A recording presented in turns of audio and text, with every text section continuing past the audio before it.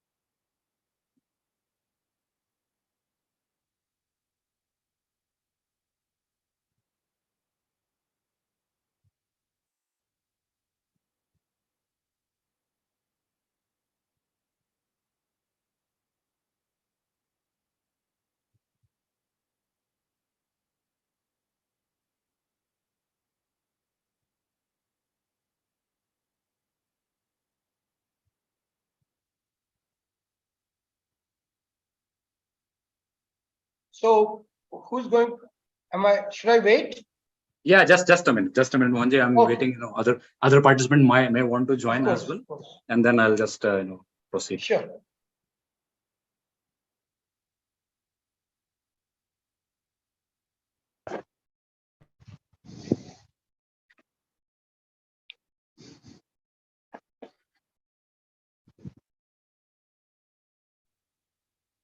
Okay, all right. So I'll just begin.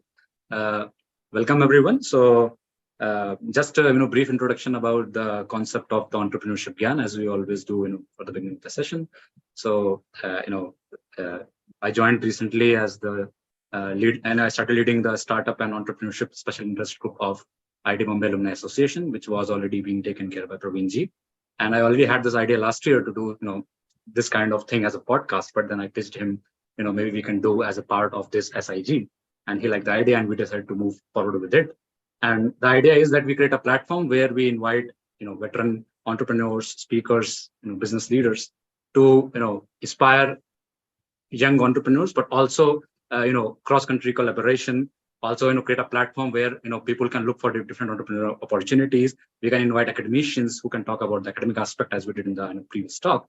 So in this regard, today we have Professor Dr. Mohan Agarwal with us, and now I will invite Venu to formally introduce Mohanji. Yeah. Thank you, Vaibhav. So, welcome everyone. Today's session, we have our guest, who is Dr. Mohan Agarwal, who is the president of Indo-Gulf Management Association in UAE. He is an in-demand corporate trainer with plethora of clients, including the Tata Group, Birla Group, Reliance Group, NTPC, ONGC, Gail, Bosch, in India, China, and Japan, Emirates NBD Bank, Landmark Dubai, and multiple other organizations and central banks to name a few. His work spans across multiple countries: India, USA, Canada, Mexico, UK, Portugal, China, UAE, and so on. He's an award-winning management faculty and has taught in leading B schools across different countries across the globe. He teaches most experientially using stimuli research cases and has published about 100 research papers and cases in international journals, conferences, and forums.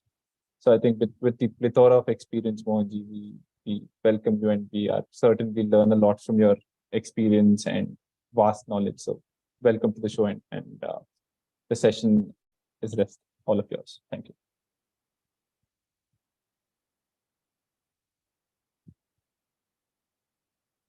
Please go ahead. So I'm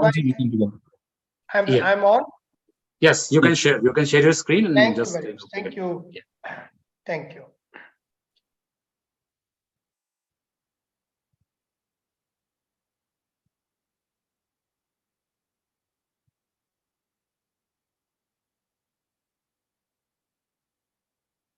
So am I audible? Am I visible?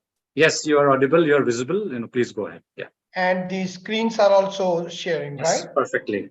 Yeah. Thank you. Thank you, Mr. Vaibhav. Thank you, Venu. Thank you, many others who are not known to me, but I'm sure they have worked for this organization, which is obviously a great organization, Alumni Association of IIT Bombay. When Venu is standing in front of Celestial Mehta Business School of IIT, I feel very proud and very happy because that is the place I have visited number of times. And the director of that is very well known to me, as well as many other professors.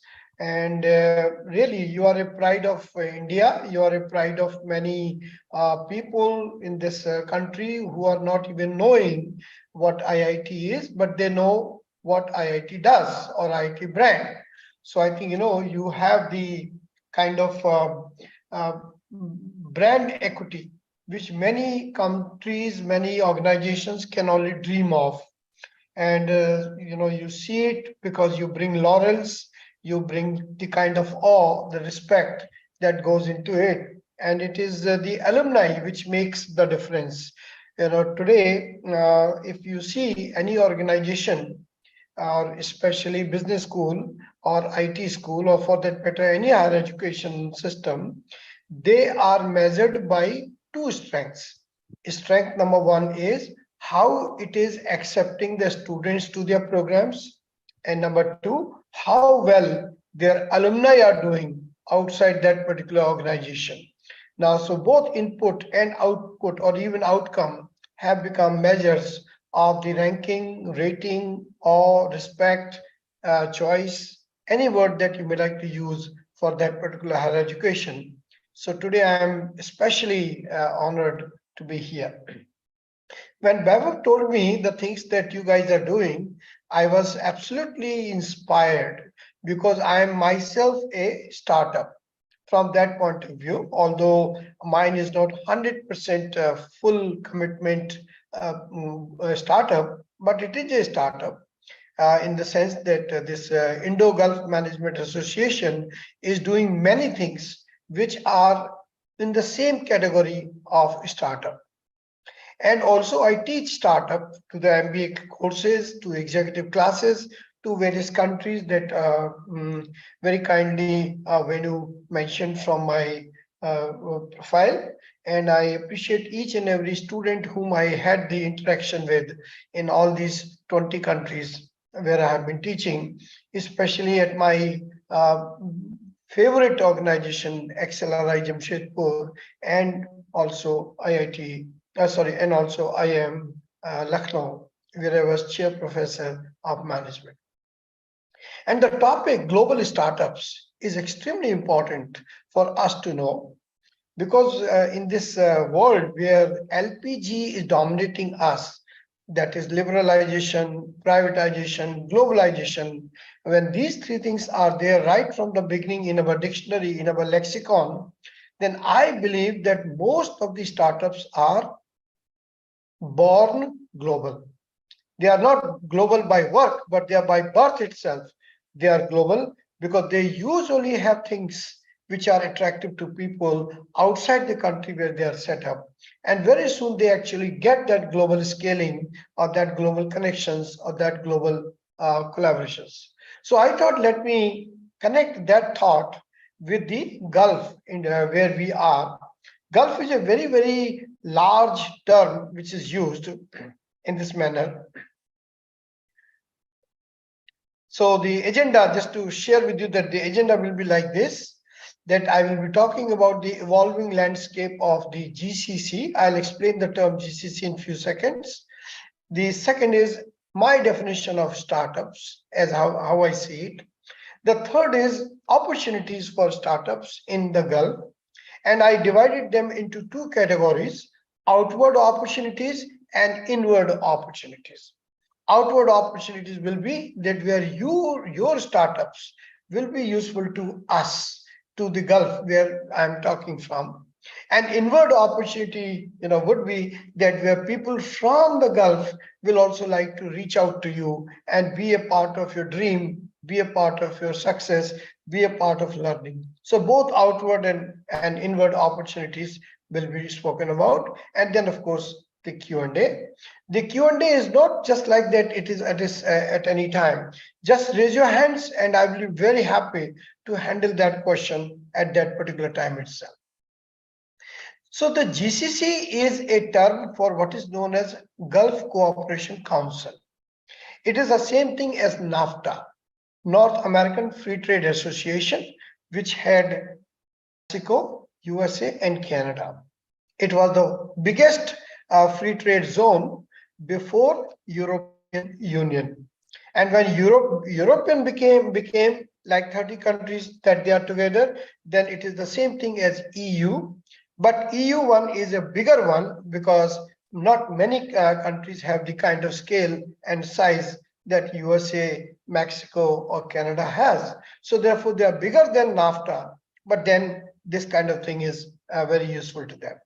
In our Indian context, you could say that SAARC was supposed to be that part of free trade zone where member countries or countries or entrepreneurs of those countries would have a kind of facility in terms of dealing with the opportunities, addressing them, or collaborating with others. But unfortunately, because of geopolitical situations, the SAARC has become more a concept which was very big in the beginning, then it lost some shine, and now I'm not sure even that that particular thing is seen as a viable concept.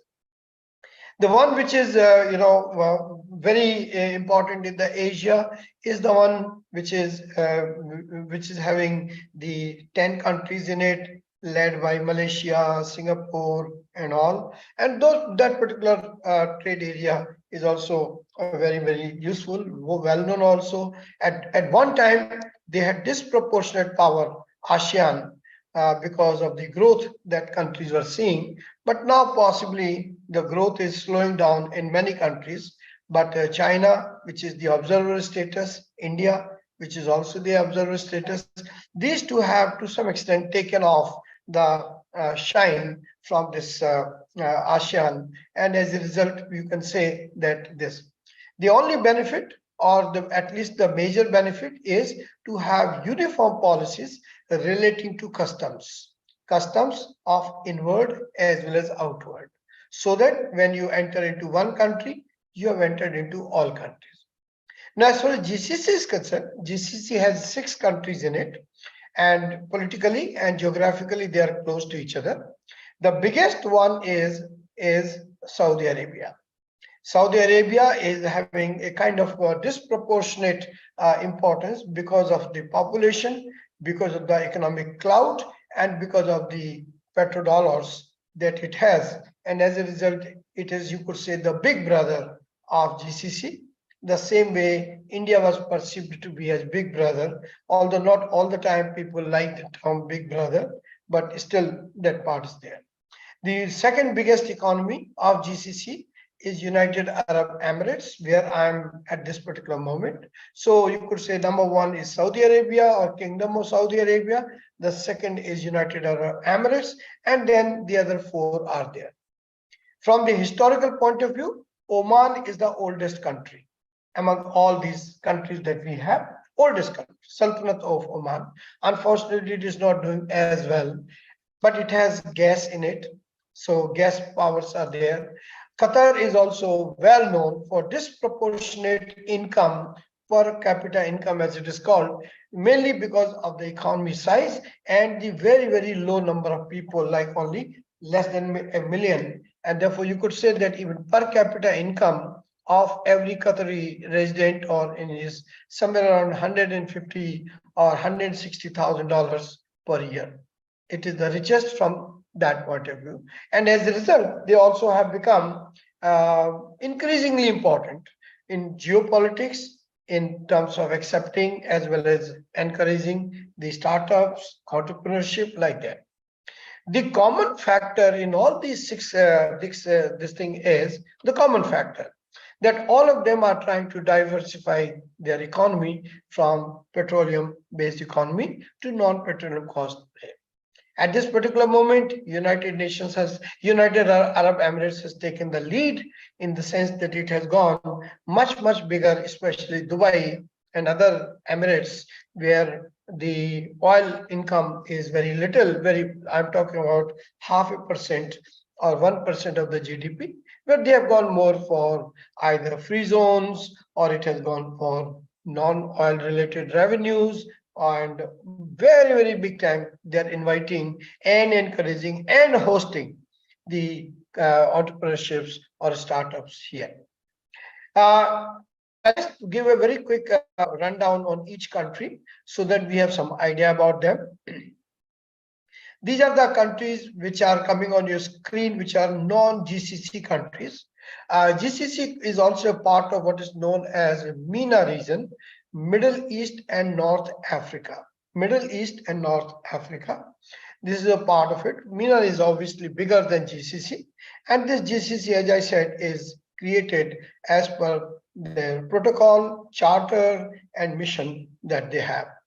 Of course, that means that they are much more, I would say, similar in terms of custom duties, both inward and outward, or export and import, but they also have many times the coordinated policies towards these things. So the common factor, as I mentioned, one is that they want to diversify their economy into non-oil economy. An excellent example is Saudi Arabia. It is going to be what Dubai is in about 6 to 7 years. So I would say that 2030, Saudi 2030 is what is Dubai now, right? It is interesting to see what will happen as a result of it in the fate or in the fortunes of the startups here in UAE by that particular time. But right now the picture is not too bad. The picture is of growth, and therefore it's a very, very interesting thing. As far as the Saudi UAE is concerned, it was established formally in 1981. No, sorry, GCC was set up in 1981. Aim of GCC is to promote coordination between member areas in all fields in order to achieve unity. It is just a dream at this moment, but yes, they have been working on that. Also, Egypt and Syria were also a kind of associates in certain political decisions, especially like peacekeeping force. The tariffs and the trade were eliminated among these member nations. So that is what I meant, that when you enter one member country, in a way you have entered all other 6 member countries. And therefore there is a free trade between them. And they also impose and levy a similar kind of import duty from the goods and services which are coming here. At this particular moment, I must say it is much, much more understanding based, faith based, and loosely done, not as much as it is in the case of European Union or in the case of this. Other things haven't come, like there is no parliament like GCC and all that was there. So economic union is much more idea than possibly any other thing. If we look into the Saudi Arabia accounts for still very large number of petroleum based revenue. GDP is 45% and 90% of the export earnings are from that. And about 40% of the GDP comes from the private sector. So private sector is going very, very big way. Bahrain is dependent more and more on Saudi Arabia because it is the next neighboring country to that. And as a result, they both have co-dependent policy among each other. The petroleum product is definitely high, but they also have government revenues as well as 30% of the country's GDP is coming from petroleum sector. Kuwait, 10% of the world's proven oil reserves, very, very rich, but unfortunately these days you may have noticed also that Kuwait is becoming kind of, anti-labor as far as external labor is concerned. So in all these 6 nations, a common theme which is running is indigenization. So in the case of Saudi Arabia, Saudization. In the case of Bahrainization, Kuwaitization. Oman is also going for Omanization. So all these things are showing clearly that they would like to have a little bit local content in employment, or they would want all companies to use local population. This is a very important factor for the startups. I'll come back to that with a little bit greater detail later. So as you can see that their GDP is pretty high, and they have both buying power as well as investment power as far as startups are concerned. Kuwait, again, population is low, expectancy is now very high, and GDP is also quite good. So from that point of view, it is moving. If we see the oldest country in the Middle East called Oman, then you can see that in Muscat, which is its capital, again, life expectancy is high, GDP is high, and stuff like that is going on. Literacy is also going up. Qatar, as I mentioned to you, population is less than 1 million. Doha is the capital, and Qatari Riyal is very, very good because of the inflow of things which are happening as far as the country is concerned. The country which I come from, which is, like this United Arab Emirates, these are old figures. Please do not believe them. Now the population is somewhere around close to 10 million, and language obviously is Arabic, Persian, English, Hindi, Urdu, like that. Religion, which perhaps matters, perhaps doesn't matter as far as our present context is concerned. So this is also divided and having its own community of Shia and Sunni. Then Christians, Hindu, all of them, Muslims, all of them are having a freedom of expression, a freedom to worship, a freedom to have faith wherever you want to have. Very soon, Abu Dhabi will have the largest Hindu temple ever made in this particular country. Now that shows that how much tolerance they have for faiths of others. These are the various sisters of United Arab Emirates. Abu Dhabi, which is the biggest emirate and also seat of capital city of UAE, rich in very, very big way. The entrepreneurship, startups, everything, funding is there. Khalifa fund is there, and that Khalifa fund comes from Abu Dhabi. Dubai is extremely good in terms of collaboration, marketing collaboration, exploration of market, like that. Sharjah is a low cost but traditional place where the startups have been there. Sharjah always has the lower cost of living, maybe middle income, maybe a little less than that. And the rulers as well as his team is very much entrepreneurship, startup oriented. Al Quain, the smallest one, is also there, very, very close to where I live. I live in Ras Al Khaimah, which is going to be the first in the Arab world where a casino style of casino from Las Vegas, that company is setting up, a Venu company, and which means there will be lots of startups for that particular economy. Nothing to do with the religion, or sometimes it is even challenging that, like that. If you look at all these 7 sisters of UAE, very recently, 2 years ago, they started to synchronize the work clock of UAE with the world. So Friday was no longer a Friday of holiday, but Friday has become work day. And in place of that, Sunday has been declared as the full day. And that was the whole point. They wanted the entrepreneurs to work and be together in a global manner. So they did that. Let's see the results, but so far the thought is very good. And I think that will definitely help the organization. So these 7 emirates are making up the UAE. As far as the UAE and other, are concerned, different emirates have their opportunities for startups.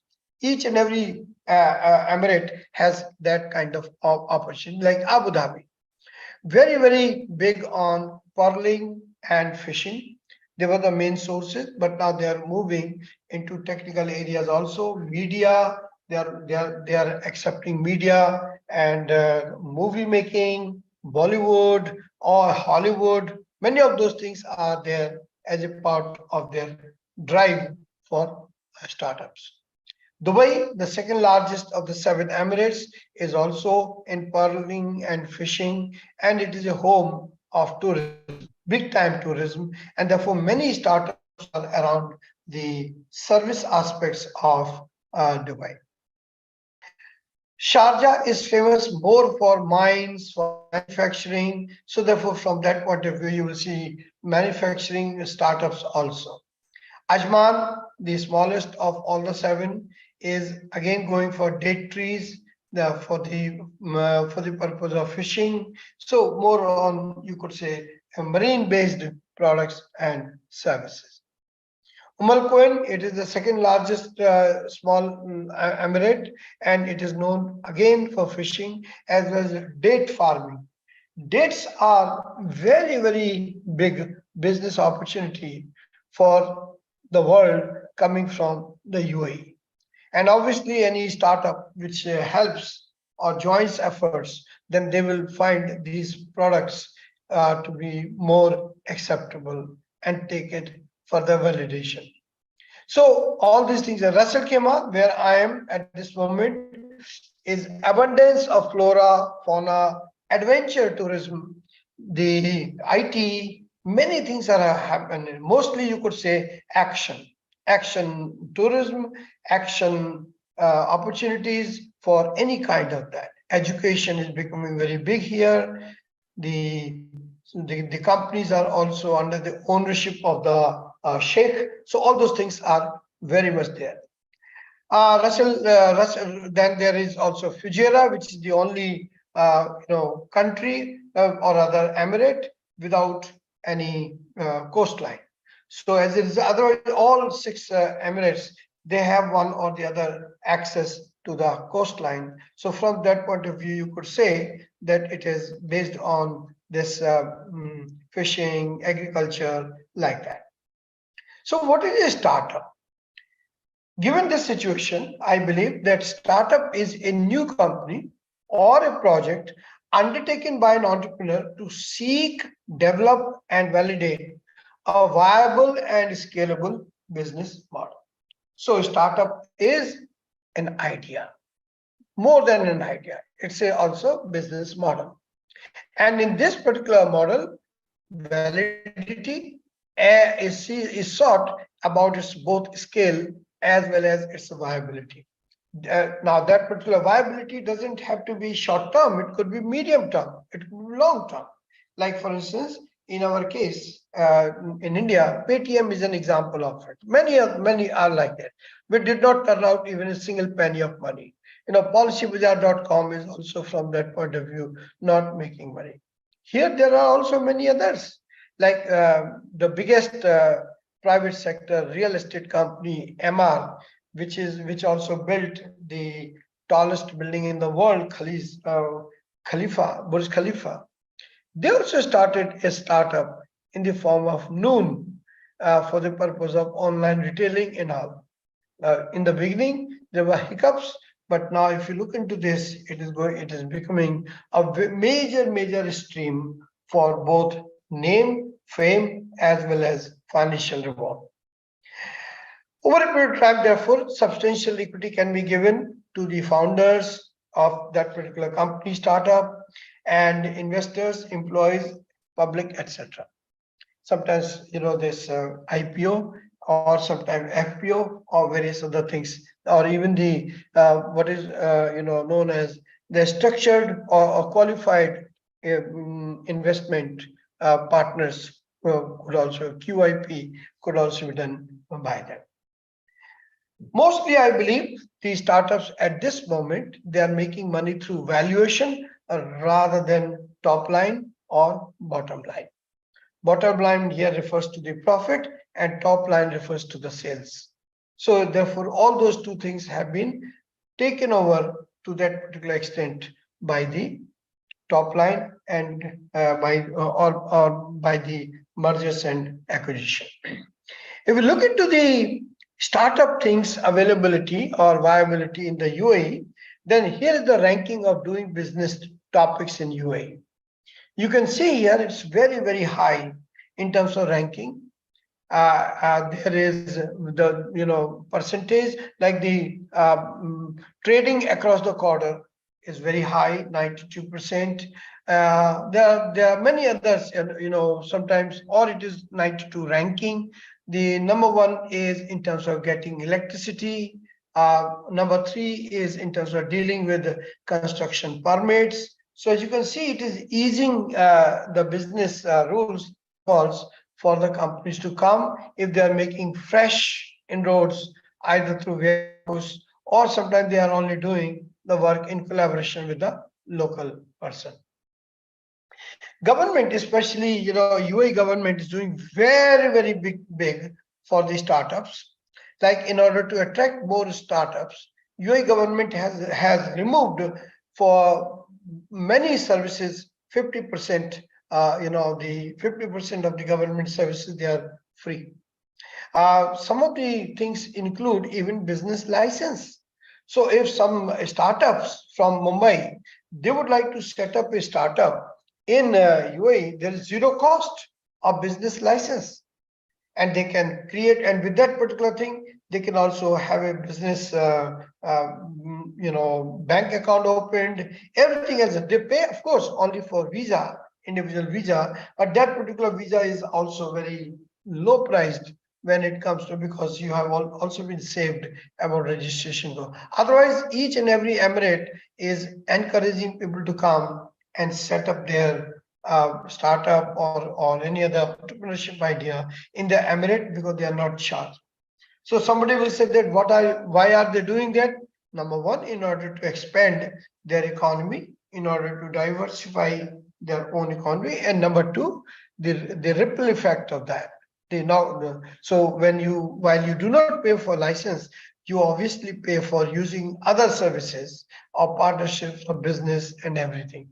So therefore, it is a very positive way, even though it is not making money from that thing.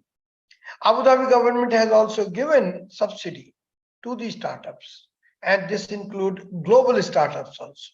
For instance, 535 million have been earmarked for a thing like that. So you can get the expense and then subsidized by the government. So as a result, your cost of doing the business will be further less. Of course, you need to pay back, you have to be solid, and you need to create a very good plan for them. If you think that they will give 100% subsidy, yes, they will also give 100% subsidy if it is a smaller, if it is a smaller startup. If you look into the top 10 UAE startups, then the biggest is Careem, which has since been taken over by Uber. There is also Souk, which is taken over by Amazon. Then MPG, Property Finder, StartPlay. So many other startups are there, which are either already been snapped by global partners or they are on the verge of being taken over, because each and everything that I have mentioned here in this particular slide is only getting better. In the area where uncertainty, war, everything is happening, this is an excellent idea, UAE from that angle. If you look into the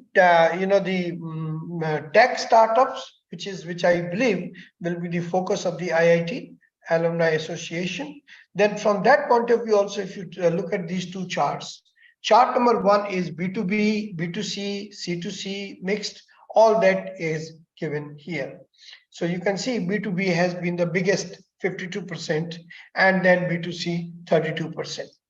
There are specific development areas in UAE which will take care of your startups in technology.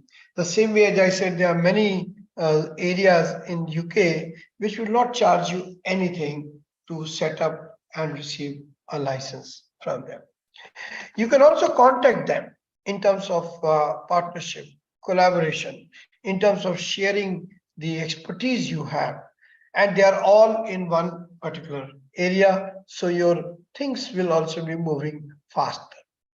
Retail, SaaS, LAS, all those things are part of their products which they have used. So marketplace, content, high tech, social media, all of them are the sectors in which the startups have been made. These are some of the startups for this year to watch out for, 10 ones whose are mentioned. And when I say watch out, my goal is not to show off, but also to see that any of these companies are now willing or ready to look for partners or collaborators or co-producers or concurrent producers. Whichever way you want, they are all ready, and you can also come, you can also set up, and they can also come and be your partner in terms of sending what they have with you. So that is why I mentioned the opportunities at both inward and outward.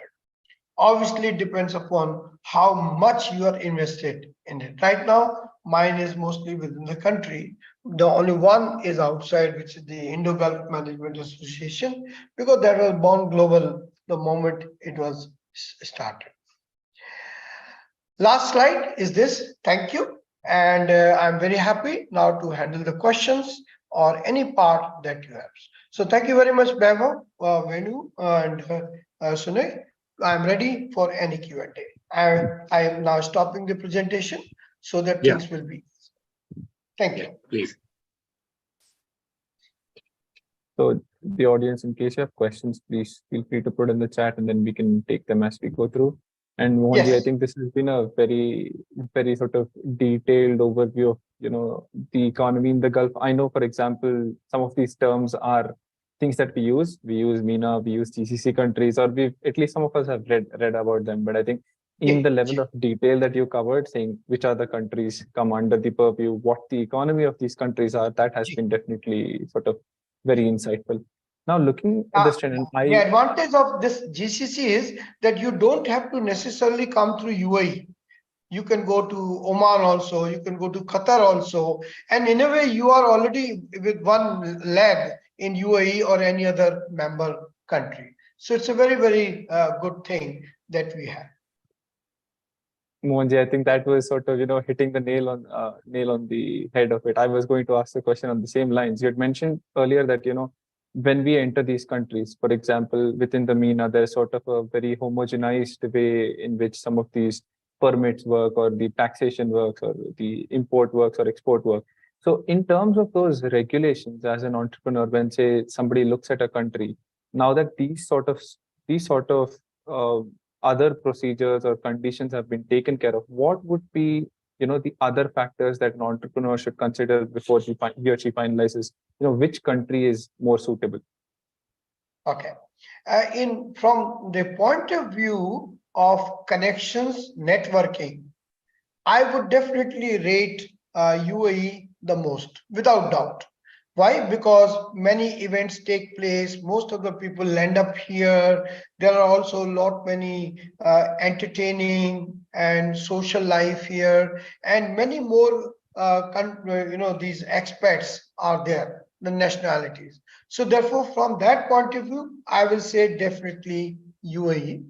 From the point of view of cost, if I have to say that, I will say Oman. Oman is lower cost than UAE, but you get the same benefits. As far as the funding opportunities are concerned, as far as in terms of partnership is concerned, I will definitely give a part of UAE, which is Abu Dhabi, as there, and also I will put the Qatar as a country where you can really get lots of investment for your ideas, or even they can even invite you to be there. So from that point, Bahrain is a lot less, I would say, attractive as compared to other countries. But Bahrain has been an excellent place for fintech companies. They are focused mostly on fintech. Like all banks from India, HDFC and others, they have gone to set up the things in Bahrain. It has much more developed infrastructure for fintech related aspects. than Bahrain has from that one. As far as large projects are concerned, I would definitely say that Saudi Arabia is the place to go to at this particular thing. Among all countries, there is one aspect called Emiratization or localization. Localization means that when you are setting up something, then they expect local people to be a part of your workforce. And local people, when they are part of your workforce, to some extent, your cost of hiring, cost of retaining, and cost of taking care of them also increases substantially, perhaps in some cases. Their work culture is also different. They are not working like early morning to late in the evenings that you and I can work, but they bring excellent assets in terms of connection with the government, because government is a very, very big buyer of many of the things that you are saying. Government is also a very, very big partner. So it is up to you that whether you see them as expense or whether you see them as your strategic partner or consultant from that point of view. If you see them as employee, your mindset will be different. But if you see them as enabler, again, the entire thing will be taken as if that it is a cost of business development. Hope I am answering, that point to you, Venu. Makes sense, Mohanji. And I think one of the points that you had mentioned earlier, I still remember the impact of that was the change in the timings that people used to work. I remember we used to receive emails on Sundays, and the morning I would come in on Monday, I'd see my inbox filled with a lot of questions. And our questions would have a 3-day lag because they would be off on Fridays and then we'd come on a Monday. So that change, I believe, has already seen some positive impact on global companies. Totally. It was not a very easy decision to make, because traditionally when Friday was taken as the day of prayer, day of reflection, all those things, making it a business day, it wasn't easy for many. So therefore, what many Emirates did, that they said, you know what, I'm going to give you 3 days, like Sharjah. Sharjah said that as far as we are concerned, we will give you 2.5 days leave or 3 days and all that. Government services. But beautiful part of all these Emirates is, Venu, that government is becoming less of a government and more as an enabler. It is not becoming an employment agency for locals. It is becoming an enabler for talent creation, for opportunities creation. And they do not unnecessarily come into play to protect some community here or there. In fact, they have become much, much more business friendly from that point of view. Got it, Mohanji. Umesh, did you have any question? I see you raised your hand earlier. He has put in the chat. It's put in the chat? Yeah. Do you want to take it, Vaibhav? Yeah, please. So he's asking, Umesh is there, he's asking if a business in India decides to collaborate with a GCC-based business via JV, what benefits may be available? That is what he wants to know. Number one benefit is that you will have access to the global market and global buyers and global sellers immediately, because they are all located in Dubai. Like, just to give you one example, that if you wish to do some deal relating to ICC, Indian Cricket Board, then that is there in Dubai. Therefore, you can do those kind of things better. Number two, taxation is not there.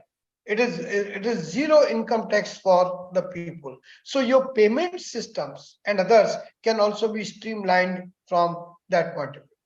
As far as JV is concerned, you can have somebody else's expertise, even capital also. So it is almost like having a local person there while you are not there. So I will definitely recommend this JV route as one of the best routes for entering in terms of startups. Definitely. They will be happy. They will be bringing you both customers, collaborators, as well as funding opportunities. Thank you, Mohanji. Sonia, would you like to take another question from the chat? Mukund is asking some question. No, actually, I can't see any question here in the chat. I don't know if it's a settings thing or whether I'm not an admin, but yeah, I can't see any question. That's all right. You can even ask questions on their behalf. You don't have to. Let me take. Yeah. So this Mukund is our forum. It's totally okay. Yeah, Mukund is asking. So His question is that e-waste is a growing problem which needs to be addressed. So are there any opportunities to set up a startup in this field?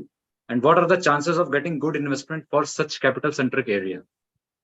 I will answer the second part very, very quickly, because that is what I have seen. In terms of chances of getting partners, collaborators, investors, angel investors, very, very high. Because these people will, but then the thing is that they are much, much more inclined to be with the people when they are physically there.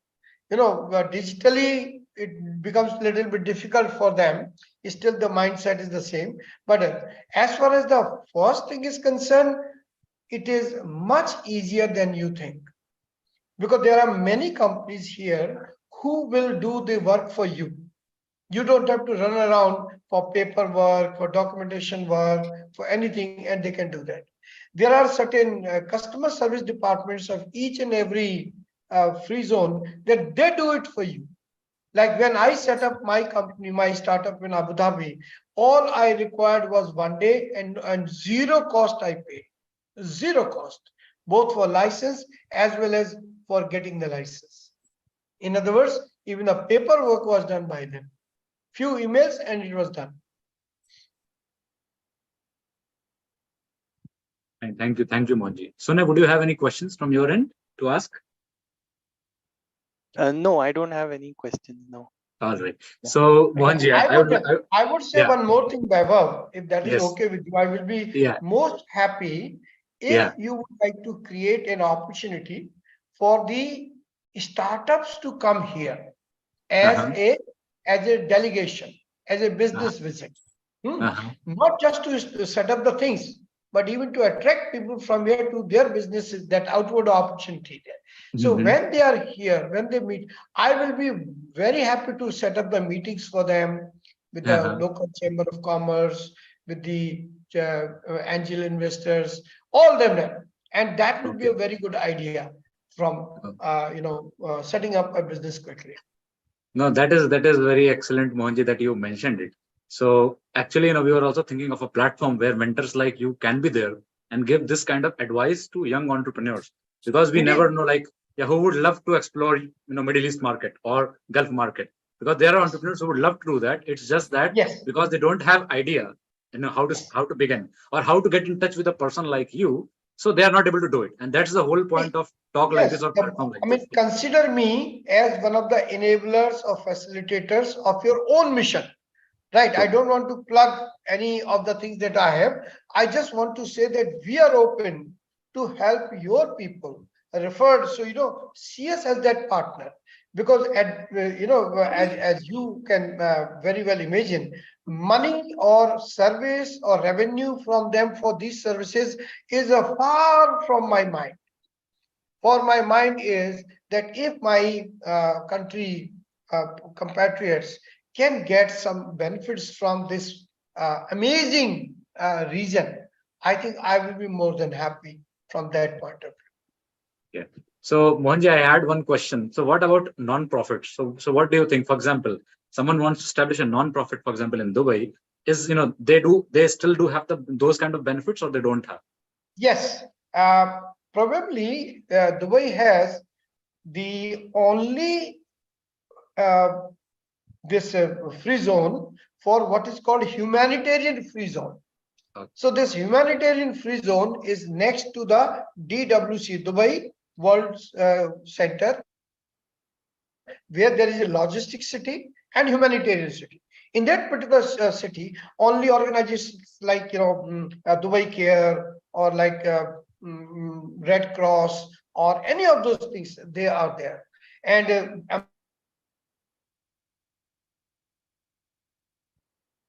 only for non-profit. So non-profit is as much, in fact, they love it.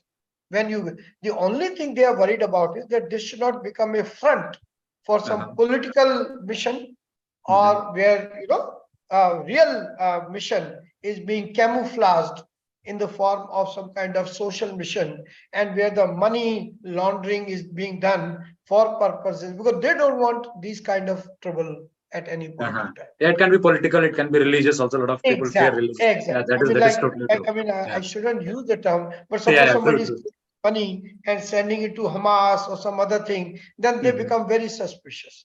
They also become very, very unhappy if somebody is collecting money without license, for a social purpose, that kind of thing.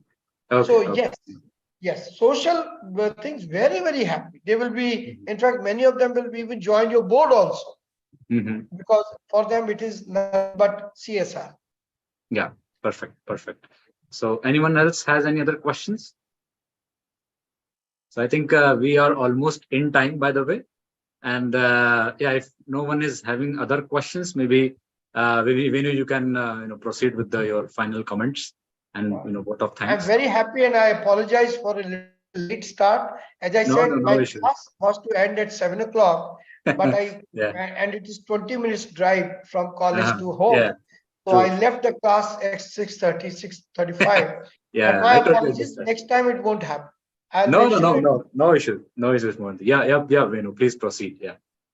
Sure, thanks, Vaibhav. And Mohanji, like in all fairness, even though it was a shorter duration, it has been truly enriching, as I mentioned earlier. Like a lot of these, definitely a lot of people don't know. Even speaking of startup, the first thing that you think of, say, especially in the Asia side, is maybe Singapore.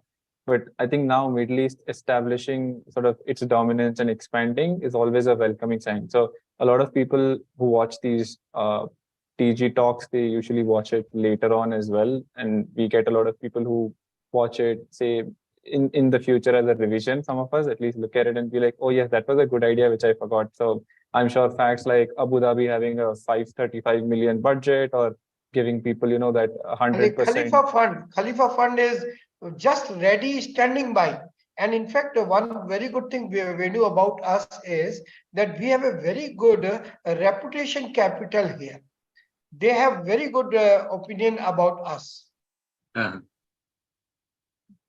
True, Mohanji. I think that sort of capitalization is something that a lot of people are not aware of, which I believe as a part of this session, we talk about ease of doing business, which is a term that a lot of people know, but some of these practical aspects like funds being available, people getting that 2-year concession, or say 50% concession, and some of these other advantages, of viewing local people as means to access the market rather than a cost center. I think a lot of those details that you went through, I think, are important considerations when somebody looks at a market, even deciding, for example, whether it's a fintech startup or say a mining-based startup which is already in the market. I think a lot of those important details people will gather from this sort of a session. So I think thank you for taking time out of your busy schedule.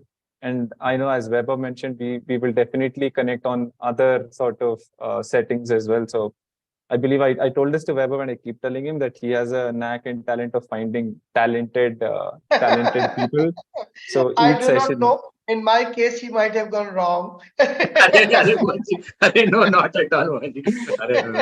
No. Thanks a lot. Thank you, Mohanji. Yeah, thanks a lot, Venu. So final words from my end as well, Mohanji. It was fantastic. I think I think a lot of more people will connect with you, because this is the link which I will post in the groups as well.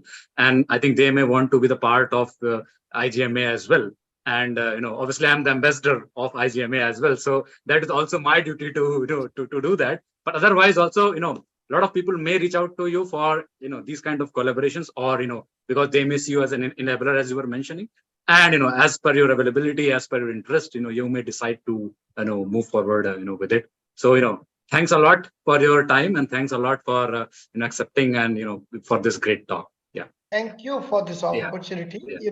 It's a great organization, it's a great mission, and you are doing something very big for IIT. IIT Mumbai will be very thankful to you, and really very nice.